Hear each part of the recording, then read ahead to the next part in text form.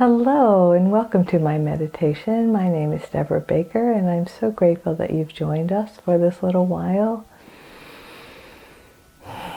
We are going to talk about expectations. Expectations of others and expectations, more importantly, of ourselves. So let's get started. So as usual, let's begin with our 3 nice, really deep breaths. Breathing in, filling up your lungs, holding it for a beat, and then releasing it slowly.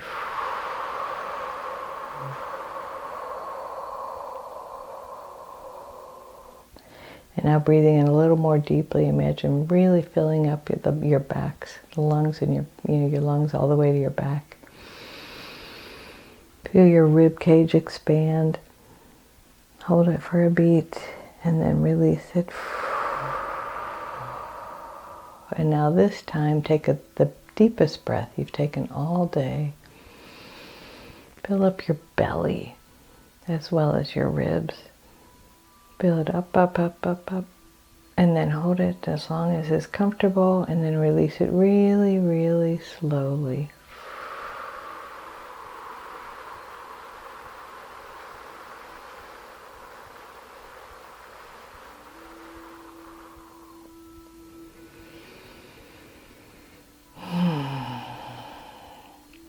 And now let's imagine we've got this magical, like rainbow colored raindrops that are relaxation, that are pure spirit coming down from the infinite, down into the tops of our heads. Feel it moving through the top of your head, through your head to the level of your forehead, your eyebrows, your eyes. Feel your eyes become like pools. Your nose, your cheekbones, your cheeks, your ears, your upper lip, your lips, your teeth, your tongue, your jaw, your chin. Feel your whole head relaxing as these magical rainbow drops move through your head into your neck. And as you feel your neck begin to relax, you will notice your shoulders sink down. As it moves each vertebrae at a time through your neck into your shoulders, and now feel them just like landing on your shoulders, like tiny little blessings, thousands of them. Feel your shoulders sink down and feel it go through to the front of your shoulders, the tops of your arms, the back of your shoulders, to the level of your shoulder blades, your collarbone. Feel it move down your upper arms into your rib cage, front and back, and down through your upper arms, all the way down to your elbows. And now feel it moving through your rib cage,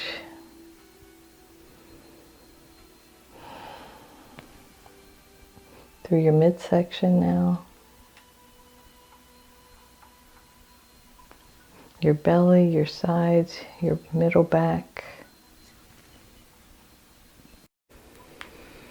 And just feel all your internal organs as well as your middle back, your sides, your belly just relaxing, and then feel it move into your pelvis, starting with your hip bones, going down your lower back all the way to your tailbone, your hips, your hip sockets, your lower belly, all the way to your pelvic floor. And just feel that magical rainbow drops just kind of releasing anything that no longer serves you and relaxing your body, releasing cortisol, the stress hormone. Just let that go. And now feel it moving. I can't remember, did we go from the elbows all the way to the tips of your fingers and thumbs? If not, we'll just revisit that. I mean, if we have, we'll revisit it. Just feel your hands and arms completely relaxed and taking in that peace.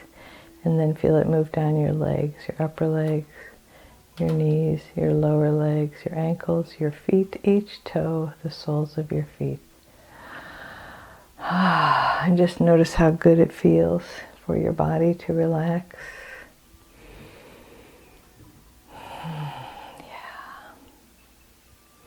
And so I said we are going to talk about expectations. And I think that there are two ways that things with expectations trip us up. You may have heard the saying, expectations are premeditated resentments. We inadvertently set ourselves up when we have expectations, either of ourselves or others. So let's briefly visit expectations of others. And expectations are not necessarily unreasonable. So we expect our parents to take good care of us. We expect our teachers to do a good job teaching us. We have lots of reasonable expectations. And so I'm not, creating any sense of judgment. What I'm saying is even when the expectations are reasonable, that doesn't mean they're going to be met. So the first thing the guides are telling me is to validate the sense of disappointment. So we're talking about expectations that aren't met, because if an expectation is met, there's no blip on our radar from that. So when an expectation is not met, for example, if a parent has mental illness or addiction or both, or just is unable, too young, too old, unable to parent us well, or their personality just doesn't match ours. Whatever it is, we have a deep and profound sense of disappointment.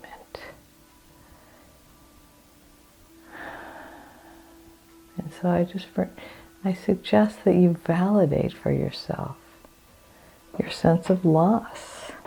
When a reasonable expectation is not met, we feel deeply disappointed. We feel betrayed sometimes. Sometimes we feel just sad. And all of those things are valid. It took me years to figure out that my emotions were valid, because they were invalidated and devalued growing up.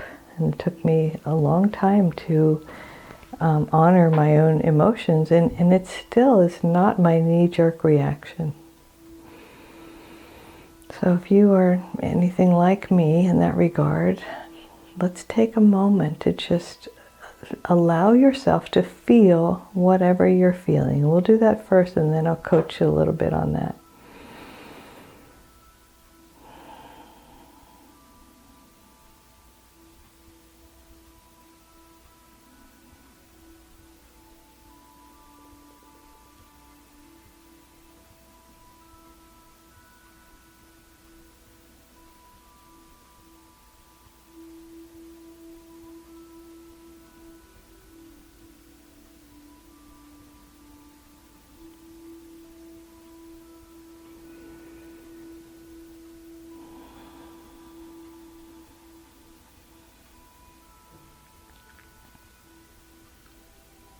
And so notice, are you feeling it in your head, neck, or shoulders?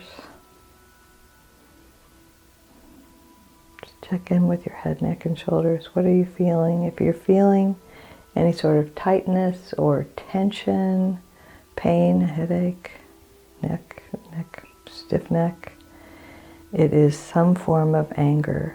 And stress can be a form of anger, frustration. There's some anger and disappointment, and our emotions are not, clear cut one way or the other. A lot of times they're murky and they, overlap. If you're feeling it in your heart space, it's some form of sadness, disappointment, sorrow. Every once in a while I get this sense of like the lost years. What would I have been like if I had had a loving and supportive mother? What would my personality have been like? I had to unlearn a whole lot of things she taught me. Not deliberately taught me, but just taught me by her example. So there's that sadness. And then notice if you're feeling it in your tummy, in your gut, back, sides, front. That would be fear, or worry, or concern, or some sort of trepidation, or, there's lots of words for it, but, we know it. We describe it in kind ways, like butterflies in our stomach, but also, gripping fear in our gut. And then if you're feeling it in your pelvis or your extremities, it's shame. People sometimes mix up guilt and shame, and everybody's got their own take on it. My sense is shame is the emotion. The emotion is the energy, the pure energy. Guilt is the judgment of that. We feel guilt by judging ourselves for whatever it is happened, and shame is the emotion under that. So notice where you're feeling it in your body and validate that. And then let's visit expectations of ourselves. And it's funny because we just talked about reasonable expectations of others, and yet my sense is so many of us are taught to have unreasonable expectations of ourselves.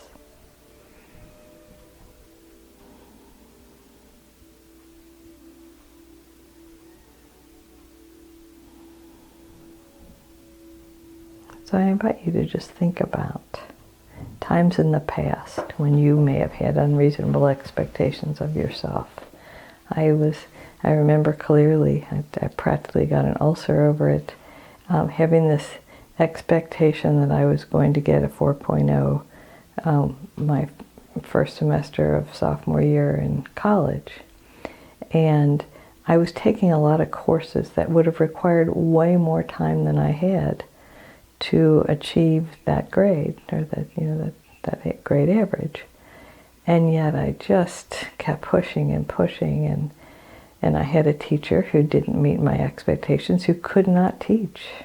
When I told him I don't understand, he said, well, I don't know why you don't understand, instead of trying to help me to understand. And so, at the time I didn't see the roadblocks in front of me. I just saw that some of my friends were getting 4.0, so I should too. And so let's think about an unreasonable expectation we've had of ourselves in the past.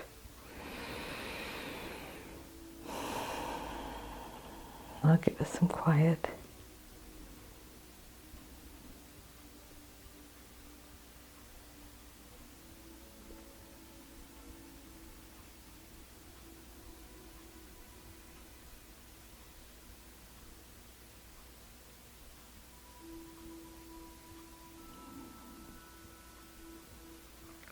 I invite you now to see the obstacles, the things over which you had no control, that probably got in the way of your, reaching that expectation,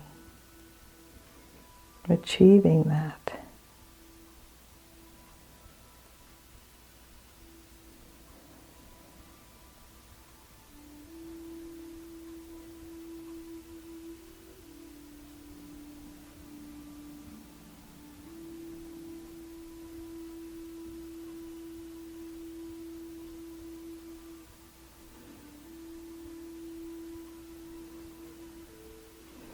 One of the things that I hear people talk about a lot is forgiving either someone else or ourselves. And my sense about forgiveness is, number one, we have to go through a process. We can't just jump from offense to forgiveness. So I was in an abusive relationship for years, and I had to process that. I had to, recognize it, admit it, get clear on it, be validated that it really was abuse, that I was really going through something awful. And just kind of mentally work through the process before I could get anywhere near forgiveness. So if you're trying to force yourself to forgive something, and especially something that most of us would think is unforgivable, I invite you to give yourself grace. Because forgiving the unforgivable is hard. And we forgive because it's good for us. Not forgiving is like taking poison and expecting the other person to feel bad or to die. When we don't forgive, we harm ourselves. But at the same time, if we try to forgive too quickly, we also harm ourselves, I think. So all of this, the answer is grace, being kind to yourself.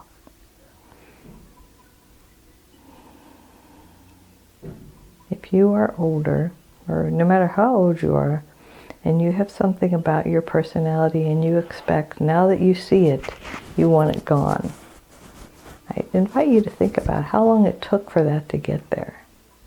How long it took for you to develop that quirk or that, that response to life.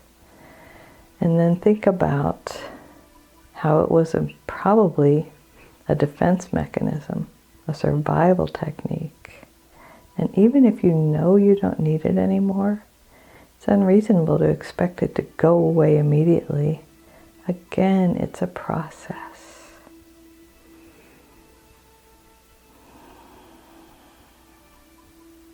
So let's take a moment and think about what our expectations are of ourselves.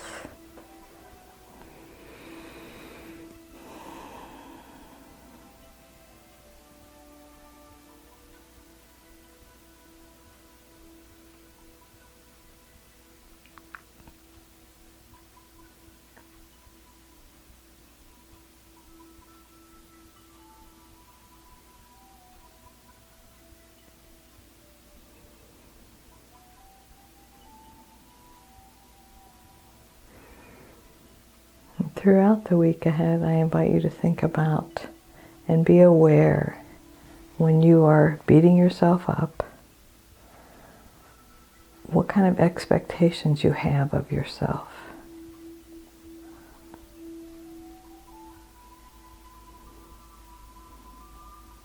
And are they realistic and are they reasonable?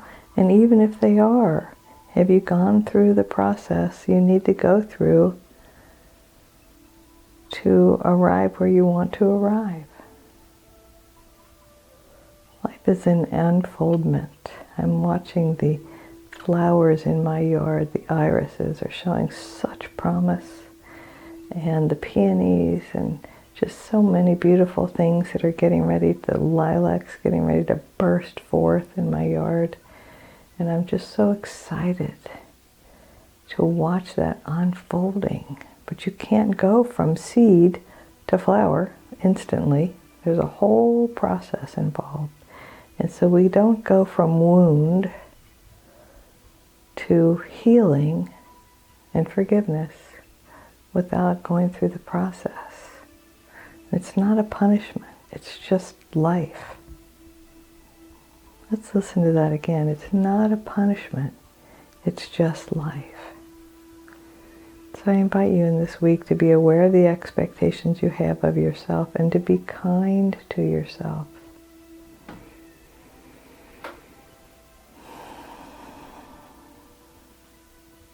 Take another nice deep breath. And I invite you to think with me, I am willing to become aware of my expectations. I am willing to become aware of my expectations.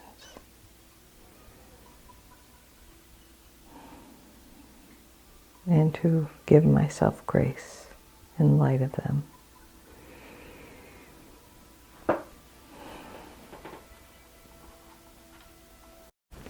So let's take one more nice, really deep breath and invite the infinite in to shift our expectations so that we can be kinder to ourselves.